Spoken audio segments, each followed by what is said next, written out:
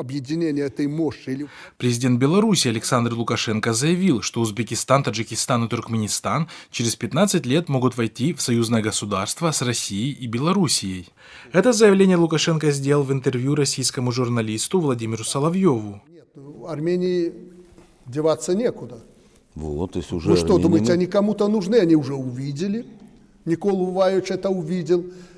Азербайджан выбивается из этой когорты, потому что мы тоже много ошибок наделали. Отдельный разговор. И там, конечно, Турция, Азербайджан поддерживает, возможно. А Туркменистан, Узбекистан и Таджикистан, я думаю, в силу своей необходимости, прежде всего экономической, тоже присоединятся. По словам Лукашенко, в процессе объединения трех этих государств остальные страны по периметру бывшего Союза также присоединятся. Вы поступили очень порядочно, по-человечески. Поэтому лично вас благодарю и всех россиян.